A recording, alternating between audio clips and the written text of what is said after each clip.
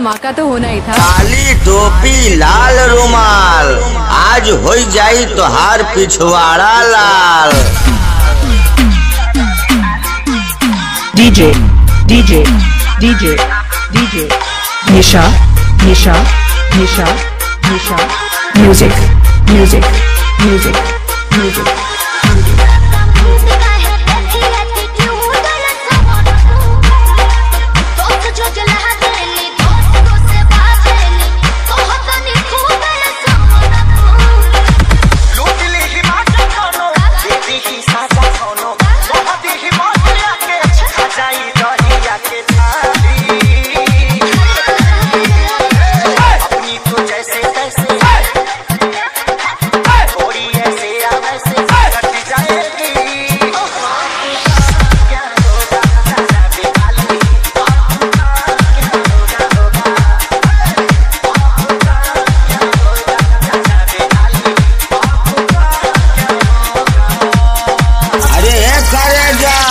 जब पिछली बार लड़ा रहा तो डीजे के पीछे बैठ के रोवत रहा। लागत है जब भगवान बुद्धि बांटत रहन तो तू चादरा ओढ़ के सोवत रहा।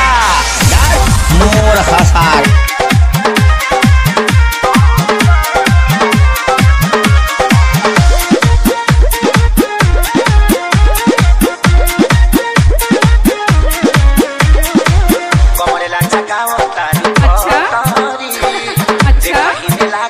DJ DJ DJ DJ Nisha Nisha Nisha Nisha music music music music